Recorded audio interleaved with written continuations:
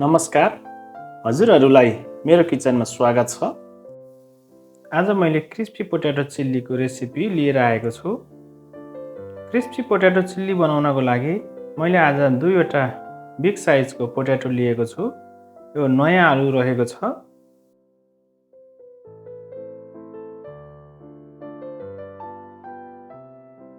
सुरुमा यसलाई राम्रोसँग पखालेर छिल्नु होला।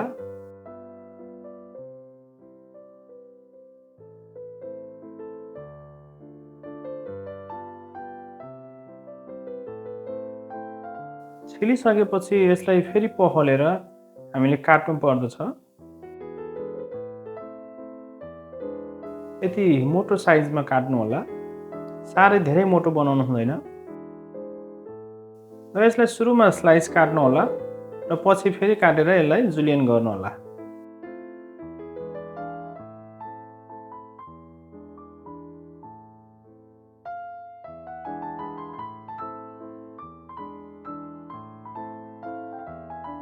हजुरहरूले पनि यत्रै साइजमा काट्नु होला।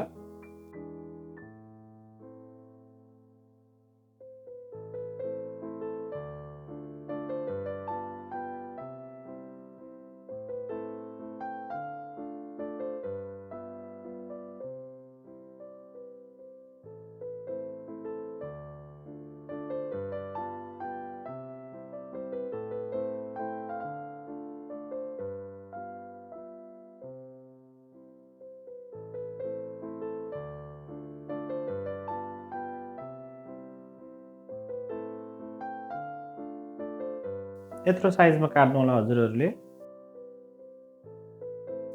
हाम्रो आलुको साइज मोटो भयो भने क्रिस्पी हुँदैन।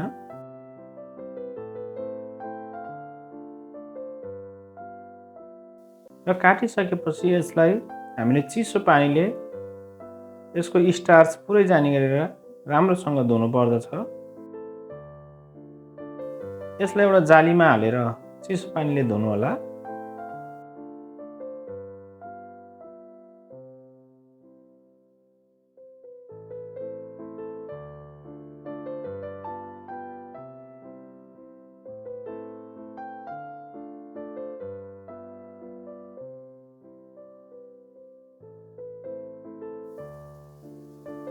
आलुलाई राम्रोसँग पखालिसकेपछि केही समयको लागि पानी तर्काएर राख्नु होला।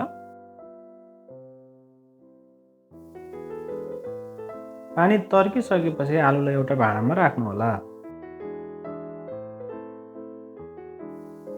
हजुरहरूले 2 चम्चा जति कर्नफ्लोर यसमा राखेर मोल्नु होला।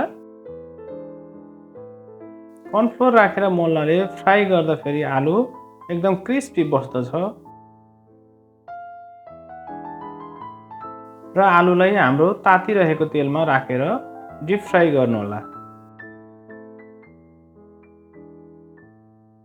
आलुलाई गोल्डन ब्राउन कलर आउने गरेर हामीले फ्राई गर्नुपर्ने हुन्छ।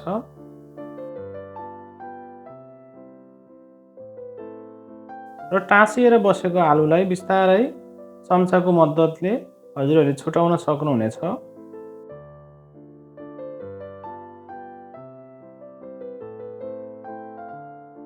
मैले यहाँ चपस्टिक प्रयोग गरेर आलुलाई छुटाए जसरी हजुरहरूले पनि त्यसैले छुटाउनु होला।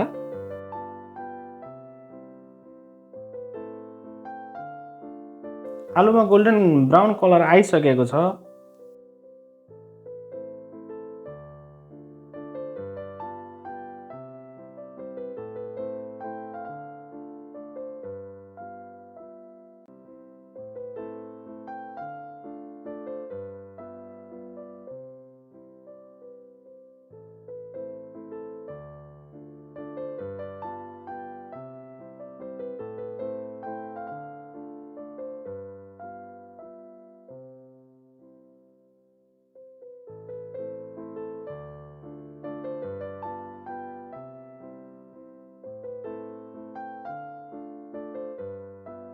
हाम्रो पोट्याटोमा गोल्डन ब्राउन कलर आइसकेको छ। यसलाई अब हामीले निकालेर 2-3 मिनटको लागि तेल तर्काएर राख्नुपर्छ।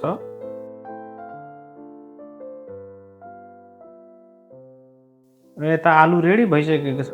अब हामीले एउटा फ्राई प्यान बसालौँ। फ्राई प्यानमा 2 चम्मच जति तेल राख्नु होला र चप गरिराखेको गार्लिक यसमा गोल्डन ब्राउन हुने गरेर खोराइदिनु होला। र हजुरहरूलाई जिन्जर पनि मन पर्छ भने हजुरहरूले जिन्जर पनि राख्न सक्नुहुनेछ। यदि हजुरहरूले चिप्स चिल्लीमा भेज राख्न चाहनुहुन्छ भने यसमा क्याप्सिकम र ओनियन पनि हजुरहरूले एड गर्न सक्नुहुनेछ। र आफ्नो स्वाद अनुसारको सल्ट हजुरहरूले राख्नुहोला र हल्का व्हाइट पेपर पाउडर पनि राख्नुहोला। र पिरोको लागि हजुरहरूले हट सस युज गर्नुहोला। यदि हजुरहरूलाई हट सस बनाउन आउँदैन भने हट ससको लिङ्क मैले डिस्क्रिप्सन बक्समा राखिदिएको छु, हजुरहरूले त्यहाँबाट हेर्न सक्नुहुनेछ। र 4-5 ड्रप भिनेगर राखिदिनु होला।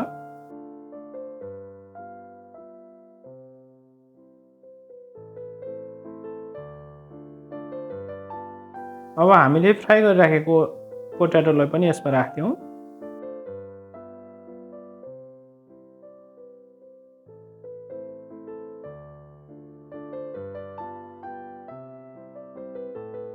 हामीले क्रिस्पी पोट्याटो चिल्ली बनाउँदाखेरि सस धेरै राख्नु हुँदैन, किनभने ससले गर्दाखेरि हाम्रो आलु भिजेर क्रिस्पी नबस्न सक्छ। त्यही भएर हामीले सकेसम्म थोरै ससमा नै हामीले क्रिस्पी पोट्याटो चिल्ली बनाउनु पर्ने हुन्छ। हजुरहरूसँग स्प्रिङ ओनियन उपलब्ध छ भने हजुरहरूले स्प्रिङ ओनियन काटेर यसमा राख्न सक्नुहुनेछ।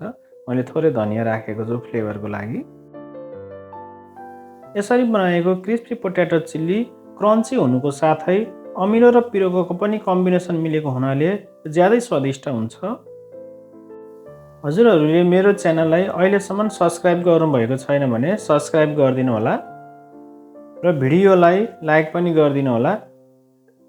र भिडियो कस्तो लाग्छ हजुरहरूले कमेन्ट बक्समा गएर कमेन्ट पनि गरिदिनु होला।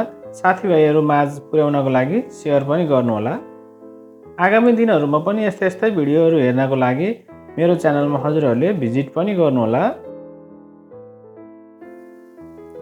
भिडियोलाई अहिलेसम्म हेरेर हजुरहरूले साथ दिनुभयो त्यसको लागि हजुरहरूलाई धेरै धेरै धन्यवाद दिन चाहन्छु।